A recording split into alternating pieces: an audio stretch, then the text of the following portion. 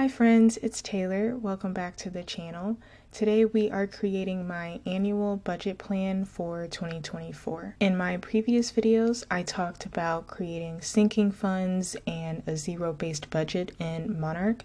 And now we're going to kind of bring it all together for my annual budget, specifically creating a plan for my retirement, expenses, savings goals, and debt payoff. Now, I technically did not plan to continue this 2024 mini-series past this video, but I'm going to kind of keep it open-ended. So if you all have any questions or ideas for something to continue this series before we get to 2024, I'm definitely open to it, and just let me know in the comments below. So first, I want to talk about my latest financial update. As you can see with this kind of purplish section here, I have gained some new debt, and I kind of ignored it in the past few videos because I wanted to wait to talk about it in this video. I'm not going to go into too much detail, but in short, I lived with other family members. I moved out while they stayed. They didn't pay the rent, and now all three of us owe it because I was on the lease. And the balance is $15,350. I know it's a big number. And because of this balance, my apartment application got rejected. So I won't be able to move out anytime soon like I planned. For me to be working towards this goal for months now, and then to find out that it's not going to happen right now, it's kind of devastating. But I am still very grateful. I have a roof over my head. My rent is half of what I would have paid if I lived alone.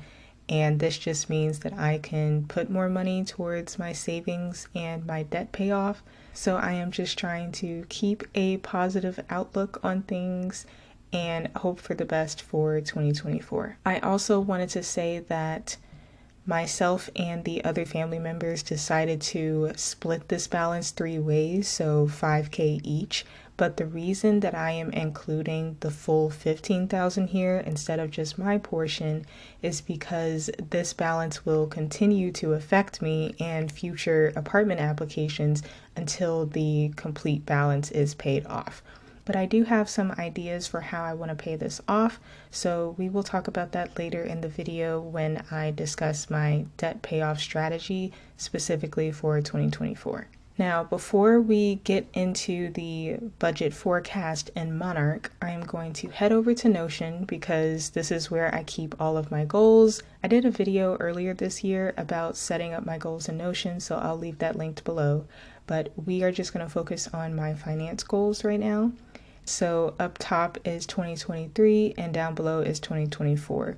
Now, I know that I have other goals that I met earlier this year, but I just haven't imported all of them yet because sometimes I forget to write down my achievements. But for now, I want to focus on my Q4 goals since we still have one more month in 2023, and then we'll talk about 2024. So I already created my sinking funds for the first time ever, and that was part 1 of this series.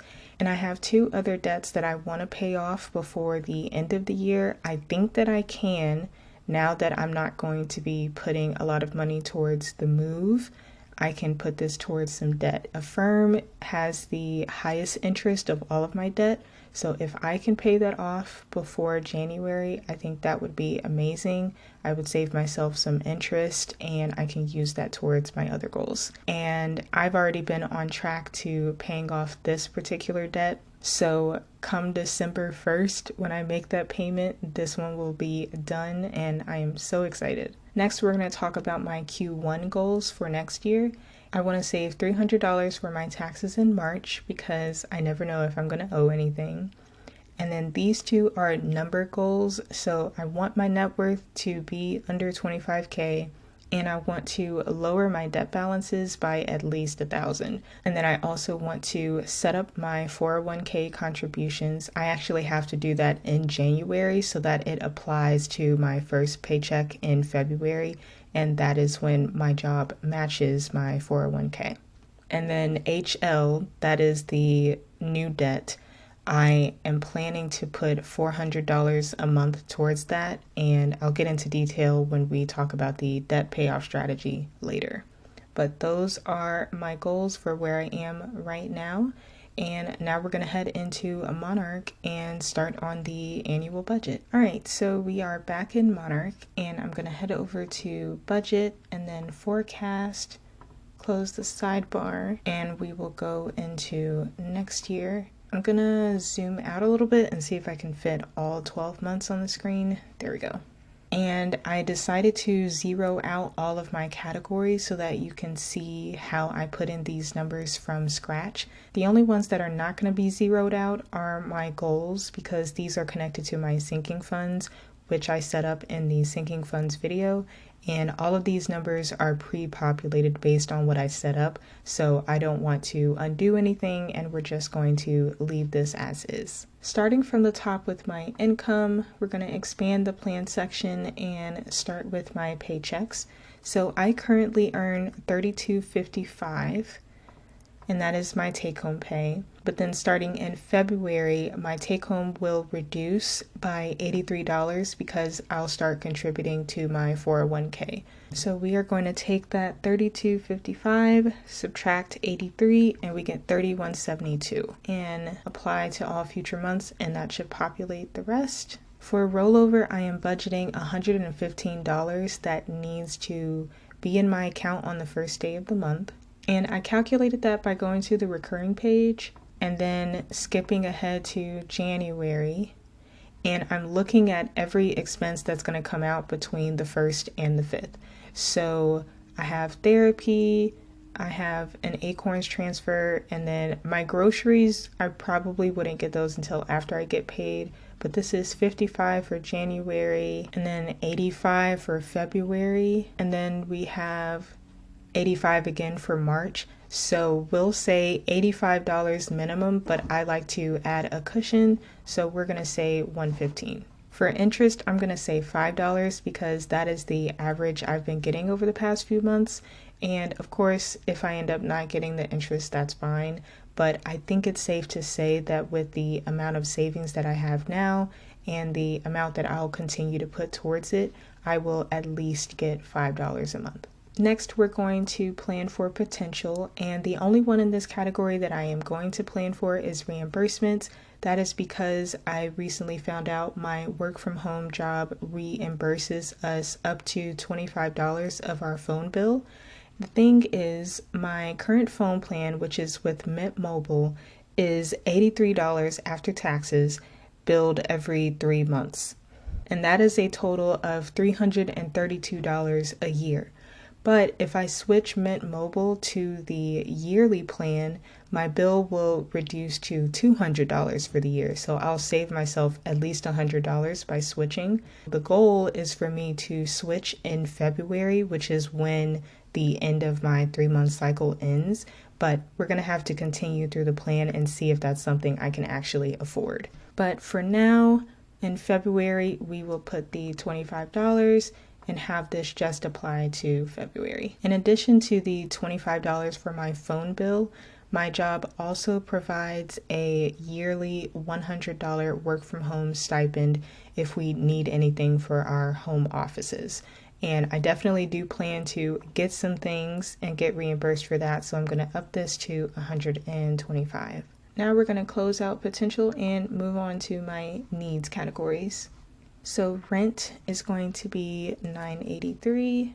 Next month is going to be $115. It matches the rollover that we have here in this section. So I'll roll over $115 from last month, and then I'll roll over $115 into the next month. Groceries is going to be $325, which is about $80 a week. Household is going to be $50. And for my phone, if I am able to afford it, I would switch to the annual plan here. So this would be $200 for the rest of the year. Transportation is $55 a month. Pet care is $100.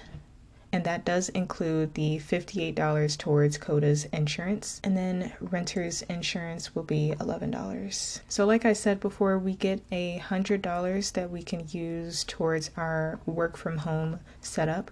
So I'm going to put that under household, and we'll say in February I spend an additional 100. And then Coda has his annual checkup in September. I'm budgeting $125, so we'll up this to $225. All right, that's it for needs. We're going to move on to wants. So therapy is $100 a month. Health and wellness is $40. Personal subscriptions is $20. We're going to come back to self-care later on in the video, so I'm going to skip to business, and that's going to be $40. Restaurants will be $40 as well. Fun money will be $30. I'm not going to budget for gifts and loans right now, mainly gifts, because any gifts that I get would just come from my sinking funds, and I don't feel like doing that for every month of the year. So we're going to leave it blank for now, and then as the month or the quarter comes up, then I can start to forecast a little bit more about how much I want to spend on gifts for those people in my life that I want to give something special to. For travel and vacation, I do have a friend's baby shower in February, but I also wanted to travel in August for my birthday. So I'm trying to decide if I want to just make it all one trip and maybe go on my birthday, because then I would have the most money saved and I could still see my friend and celebrate her while also celebrating my birthday. I just think that that might be the smartest financial choice, because February is only a few months away and I'm still adjusting to a lot of new realities that I have right now with my money. So I will keep you all updated on that, but for now we're going to leave it empty. And now let's talk about the annual expenses. So I plan to switch Monarch Money to an annual plan in January, and that is $100. Now, the $20 that I have here for now includes the $15 fee that I pay Monarch each month. So really, if we play around with these numbers, this would be $5 going forward, and then this would just be $105. So I would pay for the year upfront for Monarch, and then I would only have $5 in subscriptions for the rest of the year. So we'll see how that works once we look at what I have left remaining at the end. My domain gets charged in January, and that's $20, so we'll up this by 20. And then another business subscription in August, that's $51. Now we're going to move over to wealth. So the debts and loans categories are different. Number one, because I like to keep them separate. And two, the reason they're different from extra debt payments is because these two are specifically for the minimum required that I have to pay for this debt. So this will be $100 starting in January. And then if I'm able to pay off my Affirm loan by the end of this year, next year I'll only have $15 towards another smaller loan. And I'm going to leave extra debt payments alone for now, because that'll be later on when we talk about my debt strategy. Acorns is going to be my investment subscription, which is just $1, and that's just the price of keeping the account open. Contributions is the amount that I transfer. In my zero-based budget video, I talked about how Monarch does not automatically track transfers in your budget, but I did talk about some workarounds for making sure you're still assigning that money to your budget in Monarch. So this is what this category is for, and I am just saying that every month I will transfer $5 into my Acorns. Tithes will be $50.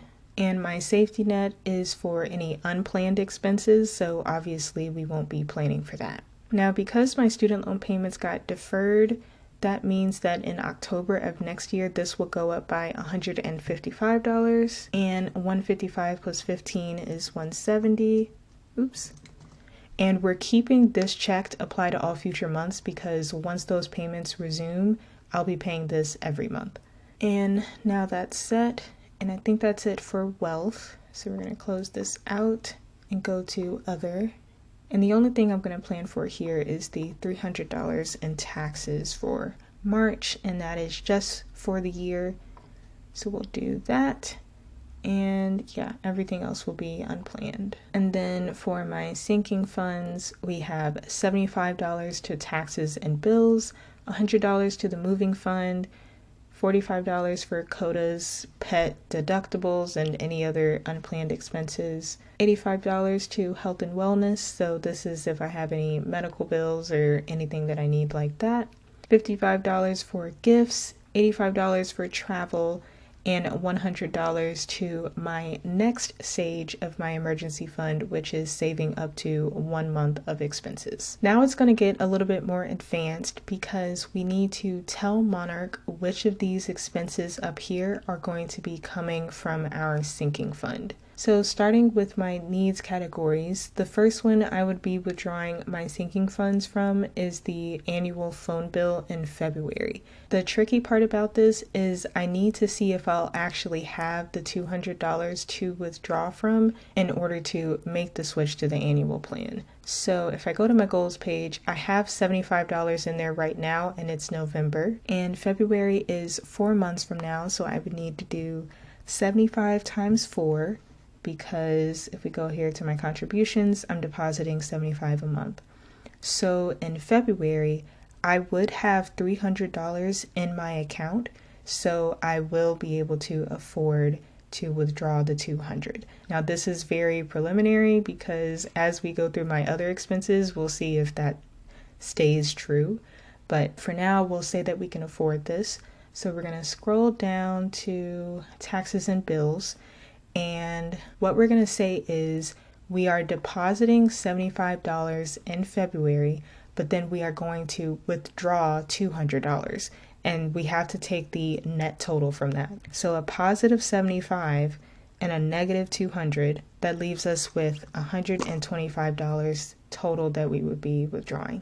You'll see that that gives us more money to work with here because Monarch considers any withdrawals from savings to be more money that you have to work with. And that's how it works in real life. So I like how Monarch approaches that. And then for Coda, I'll also need to withdraw an additional $125 because that's how much I need to cover his vet bill. Let's go down to Coda's fund, and I'll definitely have the amount here. So we're just going to do negative 125, and that is because I don't plan to deposit anything into his sinking fund in September since he usually goes like in the first week of the month. So we'll do that. Once again, we have a little bit more money to work with. That's it for needs. Going back to wants again, I would need to withdraw $100 in the sinking funds to cover this bill here. I don't think I would have it, because January is 3 months from now. 75 times 3 is 225. And if I take 100 out in January to cover Monarch, then I won't have the 200 that I need in February to pay for Mint Mobile. So I think we'll have to change this, and I'll have to pay monthly for Monarch. Maybe in March we can try this. We'll see how that works. And we'll change both of these to 20. So the $20 here includes my $5 in subscriptions plus the $15 for Monarch. But if I switch to an annual plan in January, I won't be able to afford the phone bill switch in February. So I'm going to wait to switch to Monarch in March, and we'll see how that works. Next up, we have $20 that I need to withdraw in January for the domain, and I'm pretty sure I can do that. So if I deposit 75 but withdraw 20, that's 55 total. Then we have 51 that I would need to take out in August for my ClickUp subscription. So let's scroll down to August, and we will do 75 minus 51. So that's 24, a net 24. That is it for wants. And then wealth, I won't be withdrawing from sinking funds for this. I forgot to account for the switch to the annual plan of Monarch. So that's $100. Would I have that in March? Let's see. All right, y'all. I decided to bring over a sticky note to better explain what I'm doing in this contribution section. I think it'll be way better if I actually write this out, and this will also kind of be beneficial for me to double check and make sure I got the numbers right. So we're going to start with taxes and bills. And in November, I have 75. December, I'll deposit another 75. January, I'll deposit another 75. But then I have to withdraw 20 to pay for my domain. And 75 minus 20 is 55. And that's why I have the 55 here. We'll say this is for the domain. So 75 plus 75 plus 55 is $205 I will have in February. So we have to do $205 already in the account in February, plus $75 that we deposit, and then we withdraw $200, and that's $80. So I think I actually typed in the wrong number here. Let me double check. Oh no, that's the right number, because 75 minus 200 is 125. Yeah, so we'll do that. And then I'll do a separate line that says we'll have $80 in March. And do I have anything in March? Let's take a quick look. Nope, nothing in March. Oh, except for taxes. Oh, I forgot about taxes. Okay, if I have $80 on March 1st, even if I deposit $75 in March, that only gives us, let's do $80 plus 75. It only gives us $155, and I need $300. So I have two options. I could either cash flow the $300 that I need, or I could increase the deposits that I make to the taxes and bills. But then again, I could also not owe taxes, but then I like to be prepared.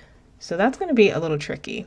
So what I've decided to do is leave my sinking fund amounts here in this column, and then as needed come tax time, I will just withdraw from these sinking funds and use that to pay my taxes. Because I have so much extra money here, I think that I'll be able to do it, but I don't want to overplan because anything could happen. So we're going to leave that as is for now. I think the rest of these numbers look good. It's just going to be tricky for taxes. So I'll probably do that as we get closer to March, and we can talk about it more in detail then. All right, now we are going to get into my debt payoff strategy, which is going to be a little unique, but it is inspired by Layla from Debt Over It. She did a video talking about her student loan debt payment strategy, so I'm kind of using that as inspiration. As I previewed at the beginning of the video, this new rent balance debt that I have is going to be a high priority over all of my other debts.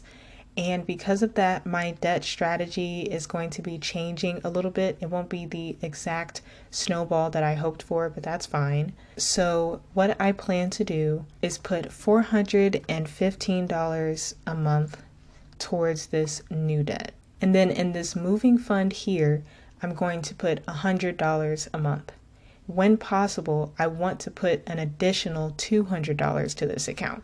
So we're going to up this by 300 across the board. So with those amounts, at the end of the year, I will have paid off $5,000 of the $15,000 total. Now the $5,000 is my portion of the $15,000 debt. So at least I'll be set in that regard. As for the moving fund, saving $300 a month, I will have saved $3,600 by the end of the year. Now, I already have $2,210 in there now, which gives me a total of $5,810. I'm sure if I have some extra money somewhere, I can get that up to $6,000. So we'll just say that at the end of the year, I have paid off $5,000 and I have $6,000 in cash. My goal is to take the $6,000 that I have saved up and propose that as a lump sum payment to completely settle the debt. Because with the $5,000 that I have paid, plus the $6,000 I will have in cash, that is a total of $11,000 out of a $15,000 debt. And maybe they will agree to settle the debt because that will be the majority of the debt paid. I don't know if they 100% will, but I think it's better than nothing. And by only focusing on my portion for now, there are so many different benefits to it. Number one, I'm reducing the cash flow towards my debt, which means I can keep as much money as possible in case of emergencies. So although this moving fund is going to be dedicated towards this debt, if something happened in the year, I will have those savings in instant cash that I can use instead of having already put all of this money towards the debt and then now maybe I wish I still had the money. The second reason is I'll be able to earn interest because I do have high yield savings accounts, and by maximizing the time that my money stays in the account, the more interest I will get, and that's free money. The third reason is if the other people pay off their portions, that will reduce the amount that I have to pay in general, and the $6,000 I'll have saved up at the end of the year, I can just use that towards my own goals. And then I can just spend 2025 saving to move out on my own and, settling this debt so that I don't have this on my rental history. But regardless, the goal is to use any extra money that I have left over in the month purely for self-care. That is why I left the self-care category empty, because I want to prioritize myself. I have been on survival mode for so long and had such a struggle mindset with money, and I don't want to get into the habit of using every single extra dollar that I have and putting that towards debt, because that is too close to the survival mindset that I'm trying to get out of. I am focusing on improving my quality of life and taking care of myself, and that's why I enjoy making a plan for my money so that I know once I have paid the minimum amount required for my debt and my savings goals are met, that I don't have to push myself any farther than that. It's okay to take a break. That's something I'm just going to be reminding myself, and that is my plan. All right, we are back. I decided to go ahead and zero out all of my months of the year. Obviously, I know it will change, but I just decided to go into the wants category and just mess with my variable spending for my restaurants and my fun money, and a little bit in the health and wellness because I typically don't buy anything every single month. So by doing that and messing around with these numbers, now I have assigned every dollar a job, and I'm a huge fan of the zero-based budget, so I think this is a great place to start, and I'm just going to take things one quarter at a time and see how things go.